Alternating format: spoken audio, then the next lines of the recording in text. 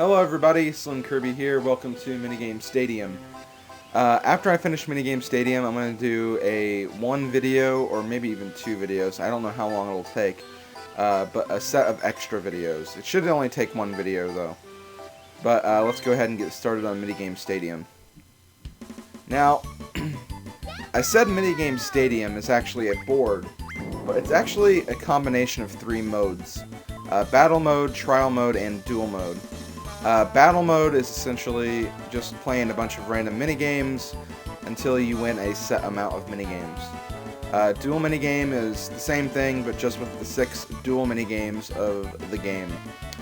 And finally we have trial, which is actually the board we're going to be playing today.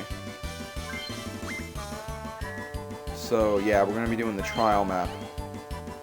It's a very easy, simple, straightforward map. It's not very big, shouldn't take us very long, so we should get done with this board in no time, actually. Let's see. As usual, all players at hard mode. Let's do 20 turns. This game shouldn't really take that long.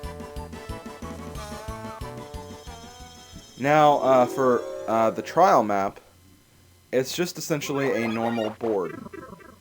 There are a few differences between this board and the other boards that we've played so far. First of all, you don't get coins through spaces or random board happenings or whatever. You can only get coins, and lose coins for that matter, through minigames. So they essentially wanted to make this a true test of minigame skill. And the whole course is actually a figure 8. The majority of the spaces are blue spaces, but there are 3 red spaces and 2 battle spaces as well. The 2 battle spaces are at the very bottom of the board.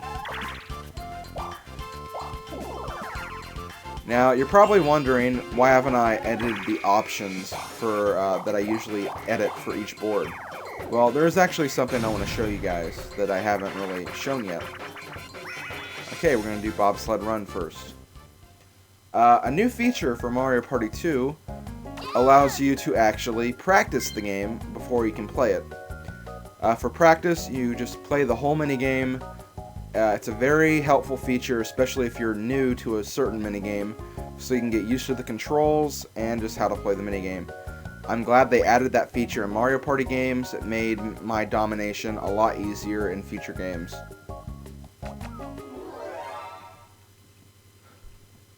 So, there are a few things I wanted to talk about in this board playthrough. As you know, after I finish Minigame Stadium, I will be doing an extra video or two about some of the features we haven't covered in the game yet.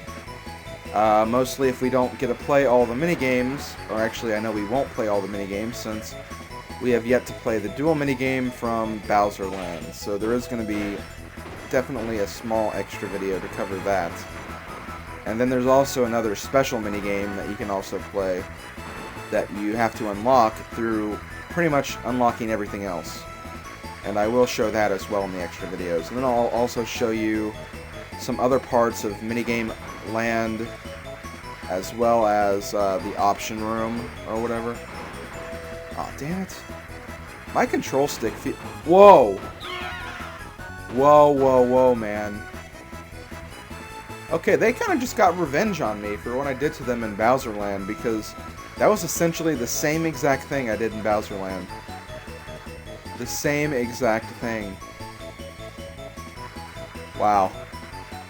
I knew the computer players were merciless, but wow. I didn't know they were capable of vengeance. Anyways, going back to what I was talking about. I've still yet to decide if I'm going to do Minigame Coaster or not. One part of me really wants to do it, because if I did do it, I would essentially be doing everything in the game. It would be a complete playthrough of the game, and I'm sure that a lot of people would really like to watch it. Mostly to probably see me fail, but still. But there's a part of me that also really doesn't want to do Minigame Coaster. Minigame Coaster, if you haven't heard from what I've said through the project so far, is pretty much Minigame Island from Mario Party 1, but with Mario Party 2 games. So it's essentially the same thing, but it's a little bit different. Mainly because it's a lot harder than Minigame Island. With Minigame Island, you could just like reach a certain minigame and go back to an earlier save point. For this game, there's a save point at the beginning of every world, but you can't go back to it because you're on a coaster. So you can't really save when you get to a certain point, and if you lose, you have to go back to the beginning of the world. And that's very difficult if you're at a very, very difficult world. The later worlds of the game are practically almost impossible without a consistent save feature. And that's one of the reasons alone why I don't really want to do Minigames Coaster. Also because, well, we're going to see all the minigames anyways. It's not really going to be that bad if I don't do it. I mean, from the beginning, I was unsure if I really wanted to do the game in the first place. So, right there, that's kind of a motivation for me not to do it. And then again, it's just really hard. We're going to see all the minigames anyways. The whole thing's just going to be doing all the minigames again, which some people probably wouldn't be crazy about. So yeah, that's just something I wanted to bring up briefly about that. I'm not going to ask for an audience poll because I'm going to decide by myself. In fact, what I think I'm going to do is I'm actually going to try to record it, see how far I get, and if I get far enough, I'll just go ahead and do the whole thing. But if I struggle so much, I probably won't do it. That's what I'm thinking about doing. But if anybody else has any arguments or any other motivational words to say to me about doing it or not, feel free to write in the comments section and tell me what you think about it. But I'll try to decide on my own. I'm not going to ask like for an audience poll or if I'm going to do it or not. That just seems kind of unfair to me to do something I'm not really sure about doing. And you know what? I'm probably going to get it perfect right now. Because that is one of the easiest faces ever. There's like nothing difficult about this face. I'm calling it 100%. Yep, told you. That was so easy. I mean, at least the other Yoshi picture we got during the project was at least a little difficult. That wasn't difficult at all. But that put me in the lead, so I'm thankful for the game. Okay, now we're doing Abandoned Ship. I don't like this game. I don't like this game at all.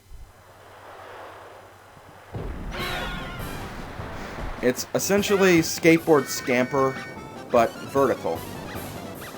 Which I do find kind of ironic that they have a game like this vertically and horizontally as well. Ah! Come on! Ah. Oh well. I was probably not going to win anyways. So I'll let Peach win that. And sorry if I bumped the desk. There is something else I want to talk about. This was kind of evident in Bowser Land, but I think there's something wrong with my mic.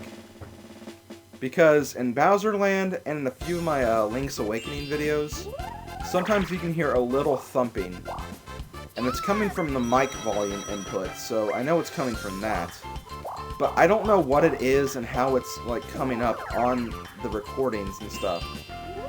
I think it's because it's on a very unsturdy desk. And like whenever I bump it, it like kind of moves and it like comes into contact with another object. So it kind of makes us like a little thump sound. But I don't know, I just hope there's nothing wrong with the mic. I'm using my Rock Band mic, and since I don't have a mic stand, I have my mic in like a drinking glass. Or not really a glass, but like a giant like plastic cup. Because I need something to use to get it to stand up properly. So I think that might have something to do with it. It's not a very good mic. It's a Rock Band mic, first of all. It's not made for this kind of work. But still, like, you would think that it would just work fine without having to worry about problems like that.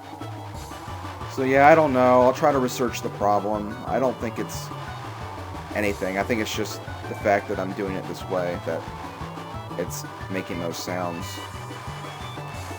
Yeah, I need to get a USB mic, like one that's made for a computer that also has a stand, because that would really help me. I used to use my built-in mic on my computer. Oh, I spun out at the very end. But yeah, I used to use my built-in mic on my computer, but that makes a lot of like background noise and a lot of like laptop noises, so I tried to stop using that.